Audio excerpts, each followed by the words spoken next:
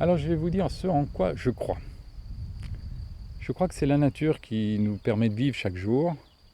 Elle nous donne ce qu'il faut pour manger, boire. C'est la nature qui nous propose et qui nous donne tout ce qu'il y a dans nos maisons. Vous pouvez vous tourner tout autour de vous. Tout a été créé directement ou indirectement par des sources qui nous sont proposées par la nature, des ressources qui nous sont proposées par la nature. Et je ne crois pas qu'il existe un Dieu qui soit capable de nous proposer de couper la main aux voleurs, de donner 80 coups de fouet aux menteurs ou 100 coups de fouet aux fornicateurs. En fait, dans l'histoire des religions,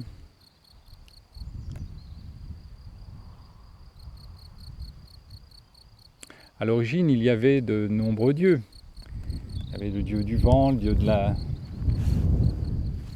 mer, le dieu du soleil.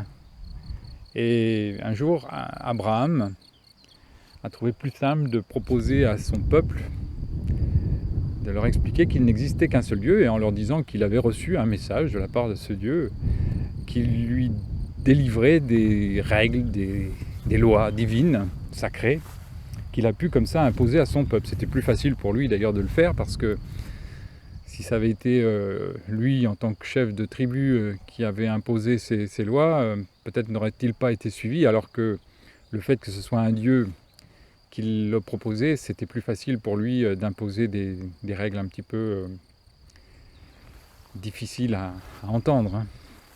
Un peu plus tard, on allait même jusqu'à imposer le fait que le 7e jour devait être un repos, faute de quoi on pouvait être tué pour ça si on travaillait. Donc il y a eu avec Moïse, Jésus, puis ensuite Mohamed, beaucoup de règles comme ça qui ont été imposées, proposées, comme la condamnation de l'homosexualité, alors que l'homosexualité n'est un fait naturel. C'est quelque chose que l'on trouve dans tous les pays du monde, dans tous les peuples depuis la nuit des temps. C'est un peu comme un trèfle à 4 feuilles. C'est une originalité naturelle, mais ce n'est pas une création qui soit malfaisante.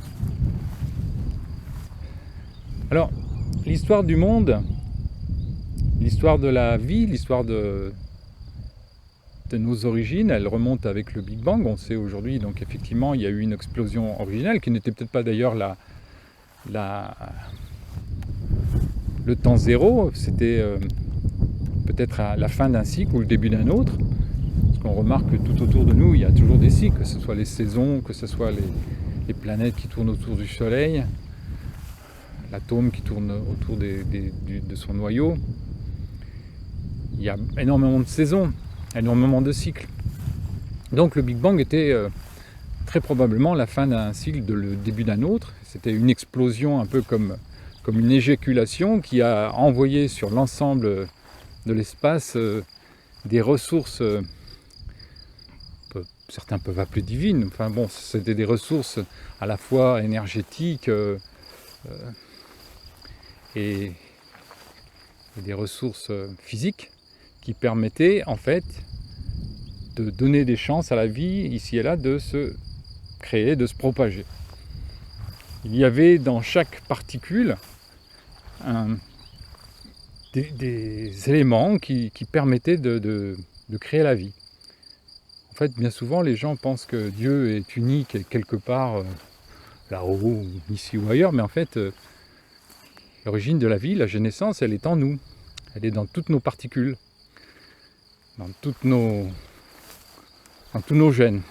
Et d'ailleurs, lorsque sur la planète Terre se sont développés ces gènes, il y a tout d'abord eu des acides aminés qui étaient les premières particules, on va dire, vivantes, pas tout à fait, mais presque, en tout cas qui contenaient ces fameux gènes, qui ensuite se sont développés, ont permis la création ensuite des bactéries.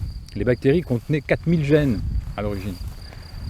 4000 gènes qui se sont associés, développés, et pour créer, on l'a vu petit à petit, toutes sortes de vie, toutes sortes de formes de vie, toutes sortes de règne animal, et pour arriver à une forme beaucoup plus élaborée qui contenait 30 000 gènes dans les branches de la vie.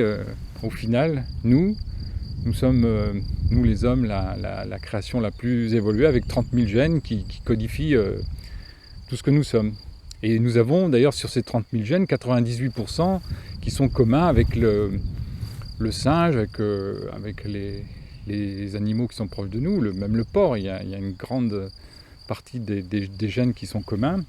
Et seul, pour ce qui nous concerne, 2 petits pourcents permettent de différencier un homme d'une femme. 2 petits pourcents des gènes inscrivent des informations qui font ce que nous sommes, c'est-à-dire grand, petit, blanc, noir, intelligent ou moins, aux yeux bleus ou pas, etc. Et donc toute cette caractéristique fait que nous sommes des êtres vivants uniques. On a tous des iris uniques, des empreintes uniques, un ADN unique, et même notre odeur est unique.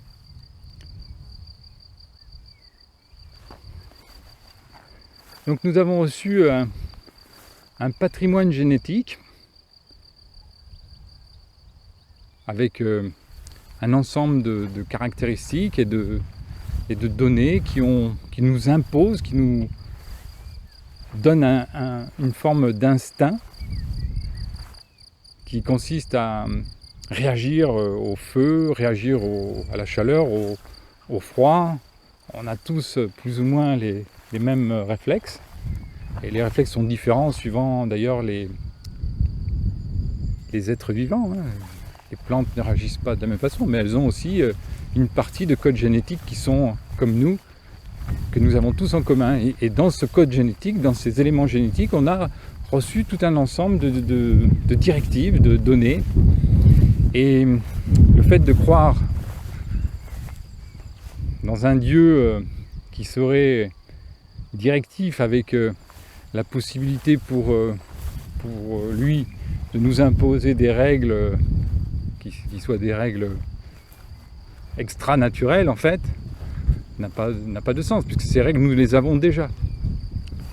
Nous les avons déjà.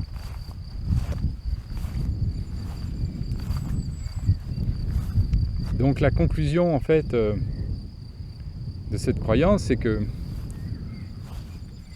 on a l'obligation aujourd'hui, non pas de prier 5 fois par jour, ce qui n'a pas de sens, parce qu'il n'y a pas un Dieu qui aurait demandé de se mettre par terre pour l'implorer, pour le prier. Non, par contre, s'il a mis des milliards d'années à créer la nature, à créer tout ce qu'il y a autour de nous, alors que nous avons mis quelques décennies pour détruire une grande partie du biotope qui nous entoure, là, il y a faute. Il y a faute, et c'est à nous peut-être de relever les défis, d'aider la nature à exister, à se développer, à s'harmoniser, en fait.